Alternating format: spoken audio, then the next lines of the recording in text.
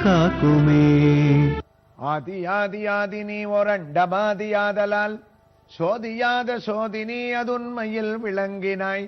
வேதமாகி வேள்வியாகி விண்ணினோடு மண்ணுமாய் ஆதியாகி ஆயனாய மாயமென்ன மாயமே. தோடு பெற்ற தண்டுழாய் அலங்கலாடு சென்னியாய் கோடு பெற்றி ஆழியேந்தி அஞ்சிரை புலூர்தியாயே. குருவாயூரப்பனுடைய திவ்ய சன்னதியில பட்டத்திரிக்கு குருவாயூரப்பன் சாந்திரன்னு தானே தொடங்கி கண்ணன் சாந்திர ஆனந்த கனஸ்வரூபன்னு நாராயணியமானது தொடங்கியது. ஆனந்தமான இடங்கள்ல குடிகொண்டிருக்கக்கூடியவன் கண்ணன். இல்ல ஸ்ரீ கிருஷ்ணன் இருக்கக்கூடிய இடங்கள் எல்லாம் குதூகலமான இடங்கள்னு தான் நம்முடைய நாராயணியத்தையே பல திருக்கோயில்கள்ல இருந்து நம்ம அவனுடைய திவ்ய தரிசனத்தோட தரிசனம் பண்ணிட்டு இருக்கோம். அந்த வகையில பகவான் இந்த வாரம் முழுவதும் சத்தியவிரத கஷேத்திரமான காஞ்சிபுரத்திற்கு அருகிலுள்ள திருப்புக்குழி கஷேத்திரத்திலிருந்து 3 கிலோமீட்டர் தொலைவில் உள்ள சென்னை பெங்களூர் தேசிய நெடுஞ்சாலையில் அமைந்திருக்கக்கூடிய தாமல் கிராமத்தில் திருமாலழகி சமேதனான தாமோதர பெருமானுடைய அந்த திருக்கோயிலிலே பல வைபவங்களை நாராயணியத்தோடு நாம் தரிசனம் செய்தோம். பகவான் தாமோதரன் தனக்கே உண்டான மந்தகாசத்தோடு இங்கு ஆழ்வார் ஆச்சாரியர்களோடும் பெரிய திருவடியான கருடனோடும் பாரிஜாத தருமூலவாசினம் என்ற பாரிஜாத மரத்திற்கு கீழே அமைந்திருக்கக்கூடிய சிறிய திருவடி ஸ்ரீராமனுடைய ஜாதகம், ஸ்ரீகிருஷ்ணனுடைய ஜாதகம், ஹனுமனுடைய ஜாதகம் அவரவர்களுடைய திவ்ய தரிசனத்தோடு பச்சைமா மலைபோல் மேனி என்று பச்சை பசேல் என்று சூழ்ந்த அழகான செடிகொடிகளோடும் மரங்களோடும் அமைந்திருக்கக்கூடிய திவ்ய நந்தவனங்களோடும் இருக்கக்கூடிய எம்பெருமான் புள்ளூர்ந்து சென்று நின்று ஆழி தொட்டானை என்ற ஒரு பாவத்திலே இங்கு கருட வாகனத்திலே எழுந்தருளி இருக்கின்றான். பட்டத்ரி கூறுவார், தாட்சியாரூட்டகா பிரேட்சிதோபு புரஸ்தாத், நீ என்னை காப்பாற்ற வேண்டும் என்று தீர்மானம் செய்து விட்டாய். இங்கு நான் குருவாயூரிலே அமர்ந்திருக்கின்றேன். எனக்கு நாராயணியத்தை தொடங்கி வைத்து விட்டாய். வெளியே இருக்கக்கூடிய பக்தர்கள் கூக்குரலிடும் போது நீ இருக்கக்கூடிய இடத்திலிருந்து பக்தர்களை காப்பாற்றுவதற்காக நீ செல்வது அந்த கருட வாகனத்தினால் அன்றோ?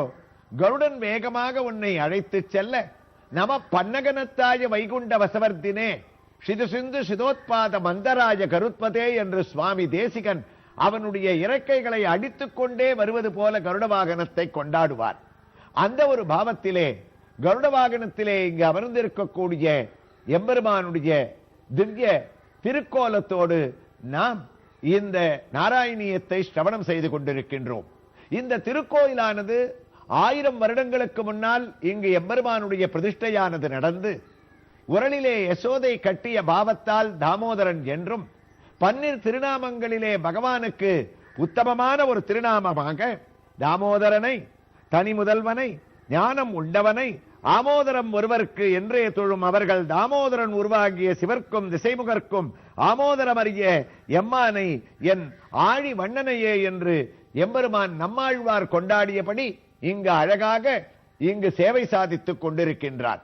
இந்த எம்பெருமானுடைய திவ்ய சேவைக்கு மற்றும் ஒரு முக்கிய காரணம், இங்கு பரம்பரையாக தன்னுடைய கைங்கரியத்தை செய்து வந்து கொண்டிருக்கக்கூடிய ஸ்ரீமான் சாரங்கபாணி அர்ச்சகர் அவர்களுடைய குடும்பத்தை சேர்ந்தவர்கள் எம்பெருமானுக்காகவே தன்னை அர்ப்பணித்துக் கொண்டு இந்த கோயிலை பராமரித்து வருவதும் அலங்காரம் செய்து அவனை பார்த்து ஆனந்தப்படுவதும் வரக்கூடிய பக்தர்களுக்கு அழகான சேவைகளை எந்த சமயத்தில் வந்தாலும் செய்து வைப்பதும் இங்கு இருக்கக்கூடிய அர்ச்சகர்களுடைய கைங்கரியத்தினுடைய ஒரு முக்கியமான பக்தியே எம்பெருமான் இங்கு சேவை சாதிப்பதற்கு காரணம். அது மட்டுமல்ல, இங்கு இதை சேர்ந்த ஒரு பக்தர் கோயிலை ஒட்டி அழகான ஒரு வீட்டை இங்கு அமைத்து கொடுத்து யார் வந்தாலும் இங்கு பல நாட்கள் வசதியோடு பகவானை தங்கி தான் தரிசனம் செய்வதற்கும் ஒரு தனி வீடை இங்கு தன்னுடைய உபயமாக கொடுத்துள்ளார். அதுபோன்ற வருஷாதி உற்சவங்களும் இங்கே நடந்து கொண்டிருக்கின்றன. இன்று வெள்ளிக்கிழமை இந்த நிகழ்ச்சியினுடைய இந்த வார இறுதி பகுதியை நாம் கேட்டுக்கொண்டிருக்கக்கூடிய நமக்கு இங்கு இருப்பவர்கள் கொடுத்த ஒரு தகவல், வரும் ஞாயிற்றுக்கிழமை அன்று 10ஆம் தேதி இங்கு விசேஷமாக வருடத்தில் ஒரு முறை மட்டும் நடக்கக்கூடிய கோடை திருமஞ்சன வைபவத்தை தாமோதரன், திருமாலழகி, ஸ்ரீதேவி, பூதேவி சமேதனான அழகாக பலர் புடை சூழ காலை 9 மணிக்கு ஆரம்பித்து அந்த கோடை உற்சவத்தை தான் திவ்ய திருமஞ்சன தரிசனத்தை அளிப்பதற்காக காத்துக் கொண்டிருக்கின்றான். அது மட்டுமல்ல, அன்று மாலை 3 மணிக்கு திருமாலழகி தாயாரோடு அழகான திருக்கல்யாண உற்சவத்தையும் நடத்தி கொள்ள வந்து கொண்டிருக்கின்றான். இவைகளெல்லாம் ஆலயத்தினுடைய வைபவங்கள், அதனுடைய பெருமைகள் என்று நாம் சொல்லுவது எல்லாம் நாம் ஆரம்பித்த இந்த ஸ்லோகத்தினுடைய ஒரு பதத்தின் அர்த்தம்தான் என்பதை நாம் புரிந்து கொள்ள வேண்டும்.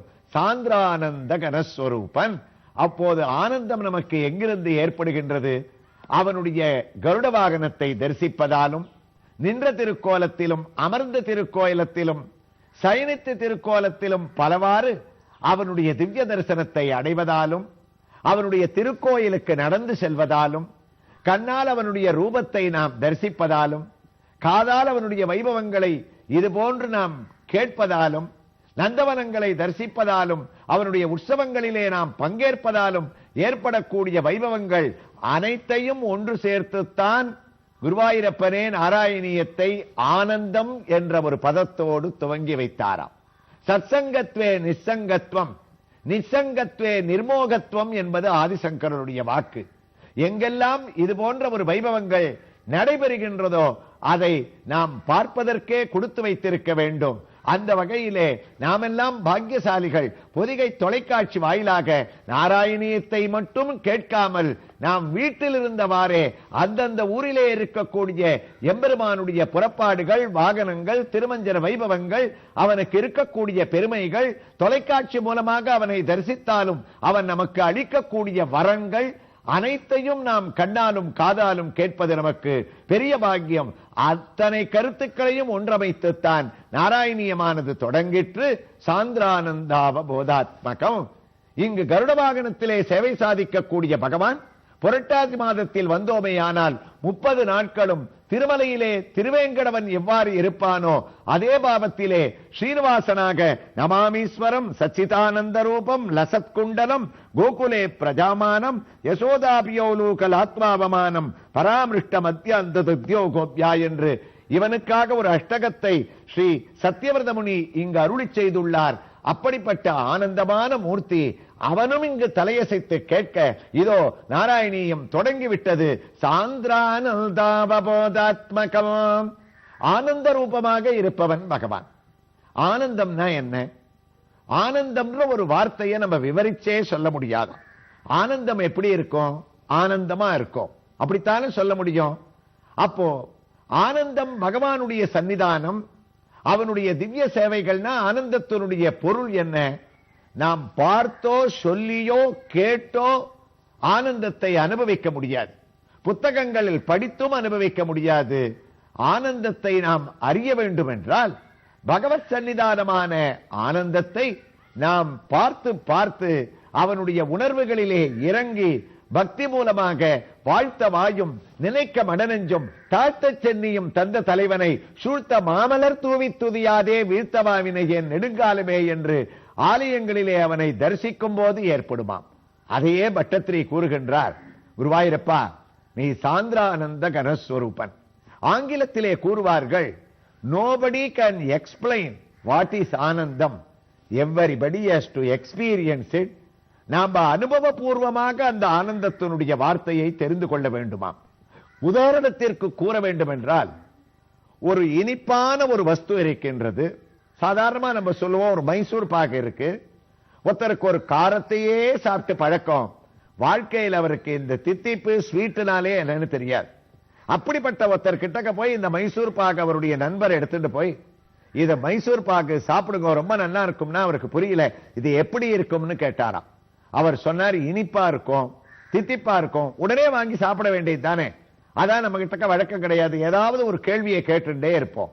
அப்ப இவருடைய நண்பர்கிட்ட கேட்டார், மைசூர் பாகு இனிப்பா இருக்கும்ன்றது எனக்கு தெரியுது, இனிப்புன்னா எப்படி இருக்கும், ஒரு ஸ்வீட் எப்படி இருக்கும், ஒரு பொருள் இனிப்பாக இருக்கும்னு சொல்லலாமே தவிர அந்த இனிப்பு எப்படி இருக்கும் அப்படின்னா யாரையாவது விவரிச்சு சொல்ல முடியுமா? எந்த புராணத்துல சொல்ல முடியும், எந்த வேதத்துல சொல்ல முடியும்?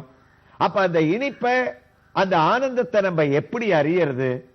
நாம் அதை அனுபவபூர்வமாக உணர்ந்தால்தான் ஆனந்தத்தை அறிய முடியுமா? அப்ப இந்த நண்பர் ரொம்ப கெட்டிக்காரர். அதுலேருந்து ஒரு துண்டு மைசூர் பாக உண்டு தன்னுடைய ஃப்ரெண்டோட நாக்குல போட்டாராம். ஒரு சின்ன துண்டு நாக்குல விழுந்த உடனே கேட்டார், இப்ப எப்படி இருக்குன்னு. நீ என்னமோ இனிப்பு தித்திப்புன்னு சொன்னியே, அந்த மாதிரி இருக்குன்னாராம். எவ்வளவு நாள் சொன்னாலும் உணர முடியாத ஒரு பொருள் அத நாக்குல பட்ட உடனே எப்படி அனுபவத்தால உணர முடியறதோ, அதுபோல குருவாயூரப்பா நீ சாந்திரானந்த கனஸ்வரூபன். ஆனந்தம் அப்படின்னா நாங்க கேட்டும் உன்னை பத்தி படிச்சும் அறியறத விட குருவாயூருக்கு வந்து உன்னுடைய திவ்ய ரூபத்தை நாராயண சரஸ்ல குளிச்சுட்டு கொடிக்கம்பத்தை தாண்டி பட்டத்திரி மண்டபத்தை கண்ல தொட்டு ஒத்திண்டு உன்னுடைய கர்ப்ப கிரகத்திற்கு முன்னால் நாங்கள் ஆனந்தம் அப்படின்ற ஒரு வார்த்தைக்கு கேயூர் அங்கத கங்கனோத்தமமக ரத்னங்குளியங்கித ஸ்ரீமத் பாகு சதுஷ்க சங்கத கதாம் சங்காரி பங்கேருகாம் காஞ்சித் காஞ்சன காஞ்சிலாஞ்சிதலசத் பீத்தாம்பராலம்பினி ஆலம்பே விமலம்புஜத்யுதிபதம் மூர்த்திம் தவார்த்திச்சிதம். அந்த கேயூரம் அங்கனம் உயர்ந்து சாத்தப்பட்ட மாலைகளோடு கருட வாகனத்துல தாமோதரன் எப்படி சேவை சாதிக்கிறானோ, அது போல குருவாயூர்ல போய் அந்த சுவாமி கிட்ட நிந்தா புரியுமா. இங்க வந்து நின்றா அந்த ஆனந்தம் நமக்கு புரியும், படிச்சு புரிஞ்சுக்க முடியாது. திவ்ய தரிசனத்தால நம்ம பார்த்த உடனே அடையிறோம். அது போல குருவாயூரப்பா நீ ஆனந்த ஸ்வரூபன். எத்தனை ஆனந்தம் உன்னிடத்துல! ஞானானந்தம், பிரம்மானந்தம், சதானந்தம், பரானந்தம், சிதானந்தம், சச்சிதானந்தம், பரமானந்தம், பிரம்மானந்தம்னு நீ அஷ்டமியில பிறந்தவன்.